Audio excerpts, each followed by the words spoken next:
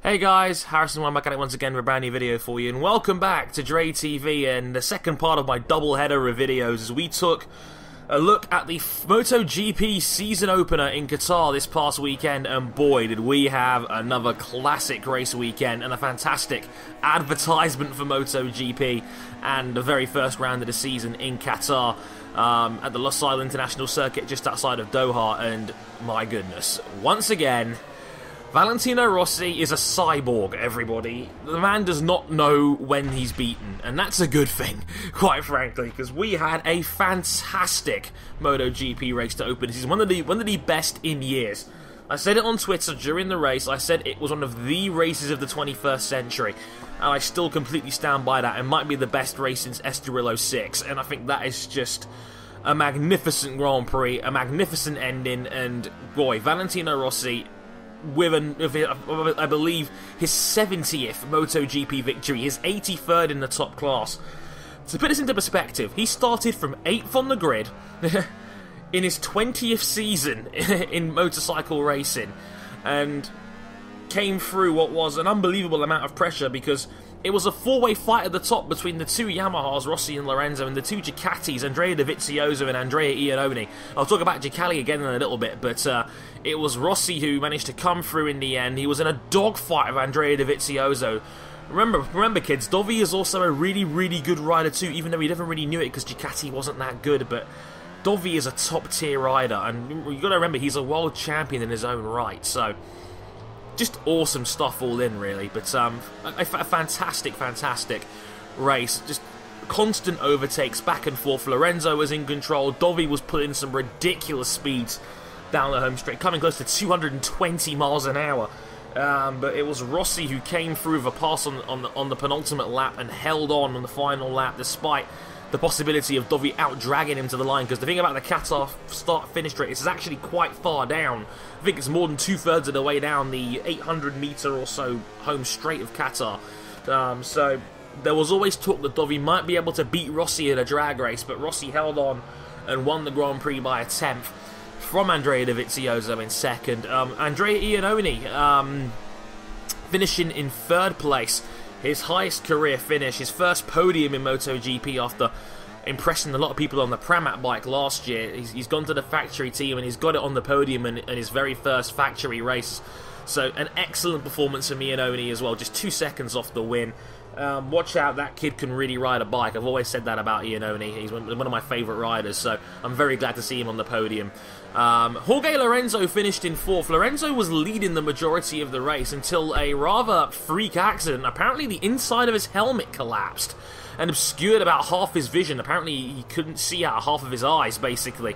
And as a result, Lorenzo just kind of faded towards the end to play it safe. So kind of a really freak accident for Lorenzo, which cost him a shot at the win there, but I think he'll take 4th place given what happened there.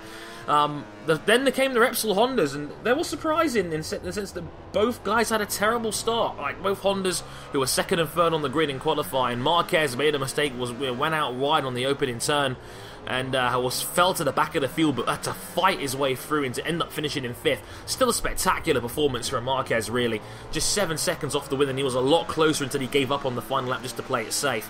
But a brilliant recovery ride from Marquez to finish 5th. I think that given the pace of the 4 guys at the front, that was about the maximum he could have possibly gotten, and he was picking dudes off left and right in spectacular fashion. So great ride from Marquez in 5th. Pedrosa in 6th. Struggled in the race, really, but there's a good reason for that, and I'll tell you why later on in the video. Going down the rest of the positions quickly, Cal Crutchlow for the LCR team in 7th, good result from him. Bradley Smith beating his teammate in 8th and 9th, respectively, for the Tech 3s. The Yamaha seeming to struggle all weekend long, really, but somehow making it work in the race.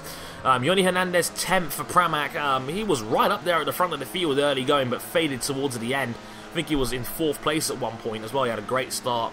So Yoni surprising some people, but eventually sinking a little bit there. Suzuki in 11th with Alicia Spargaro there. Good ride to get both bikes in the points on their very first Grand Prix back in many, many years. So nice to see Alicia Spargaro there back up towards, well, maybe not really towards the front, but still, Suzuki getting some points is always a good place to start. Suzuki are currently about 10 miles an hour down on the rest of the field in terms of raw speed. Their bike is down on power, so hopefully Suzuki with the concessions can find a workaround as the season goes on.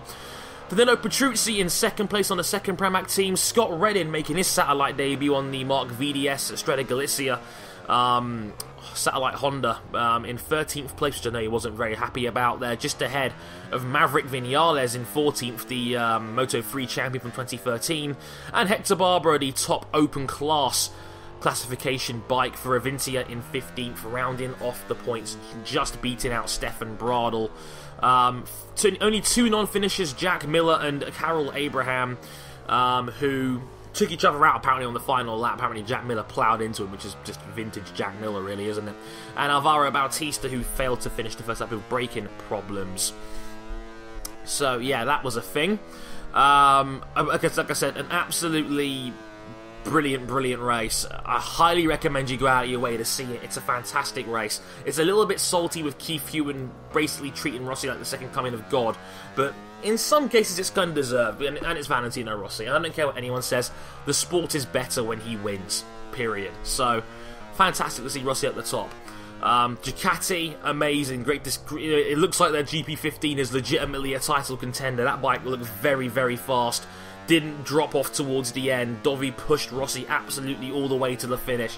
And if Ducati are competitive again, then we're going to be having a fantastic season, and Marc Marquez is not going to have it all his own way this year. I'm absolutely dead certain of that. Jonas Volger won his very first Moto2 race as well. I mean, apparently you could have gotten 50-1 odds on Volger winning before this weekend started. But the story of the weekend really was Sam Lowes versus Johan Zarco. It looks like Sam Lowes has really gotten a ton out of that speed-up chassis on the Moto2 bike, and Johan Zarco, who's been by far the best of the Calexes so far this weekend, in a crazy race where Rabat got taken out by Simone Corsi being the main challenger and obviously reigning champion, the first defending Moto2 champion in the class. It was Zarco versus Lowes. Lowes hit the deck early on because that's what Sam Lowes does. That's what Sam Lowes always does, unfortunately. He pushes it a little bit too hard. He still thinks he's riding a World Supersport bike and he hit the deck, which is just so frustrating when you want Sam Lowes to do well, because the kid's got an outrageous amount of talent, but he keeps getting let down by pushing too hard, basically. And Johan Zarco looked like he was going to cakewalk the win until he suffered a gearbox problem and fell down the order. I think he eventually finished in 6th or 7th place. Just going to check that right now on my screen here. Zarco finished in 8th place in the end, 18 seconds off the win. But it turns out it was Jonas Volger who rode his own race, survived the war of attrition, and got his very first Moto2 win. And we were going to get a first-time winner almost regardless, given that you had Zarco and Lowes being the main contenders. But Volger winning, Xavier Simeon, the Belgian, winning. Not winning, so he coming in 2nd place, matching his best ever result in Moto2, and Thomas Luthi in 3rd on the Interwitten Kalex, his first Kalex chassis ride in Moto2, and a very good result for Luthi there in 3rd, a perennial top contender in Moto2, just ahead of Alex Rins, who was knocked down to 20th due to getting barged out on the first corner on the opening lap when he qualified in 10th, but fought through the field to eventually finish in 4th. An outstanding performance from Alex Rins, probably the ride of the weekend in all 3 classes there, so keep an eye out for Alex Rins. He looks like he's going to be very, very good. Franco Morbidelli in 5th, Mika Kallio in 62 Italtrans bikes, then Sandro Cortese in 7th, and the aforementioned Johan Zarco in 8th. Luis Rossi, I think that's his best Moto2 result, in 9th, and Lorenzo Baldassari rounded for the top 10. 125cc champion, also Moto3 champion I should say, Alex Marquez finishing in 11th place. And in Moto3 we had another ridiculous cluster of a race with basically we had 10 dudes at the front pack fighting for the win all the way until the final lap, but in a surprising twist, it was the actual pole sitter that won the Grand Prix. Alexis Masbu, who nobody saw coming, stole the pole during the qualifying session after Miguel Oliveira couldn't get it together at the end, and Oliveira got barged out again at the first corner. and he was probably the favourite going into the weekend. Oliveira and Kent were the two fastest dudes over the course of the weekend, but Masbu surprised everybody by winning the race just ahead of Enna Bastianini in second, who started from 21st on the grid.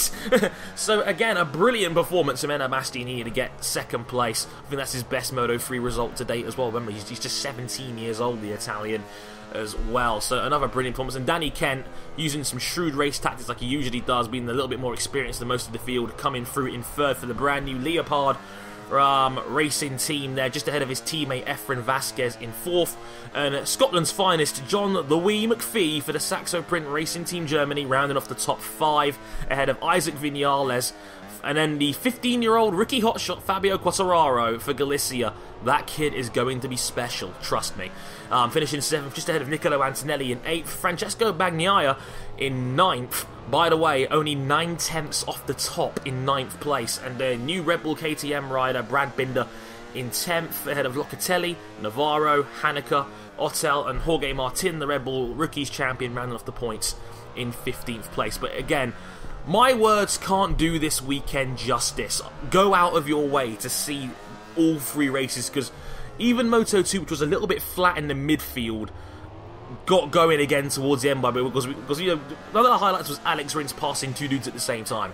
Like, Rins was crazy, and he picked up towards the end when Zarco had the error and the drama where that was concerned. And MotoGP was absolutely fantastic. A complete dogfight from start to finish over all 20 or so laps. And Moto3, it's another classic Moto3 race where 10 or 11 dudes are challenging for the win. And trust me, Moto3 at its best is as good as any form of motorsport anywhere in the world, and I'm not even joking. So go out of your way to see those races if you can find them.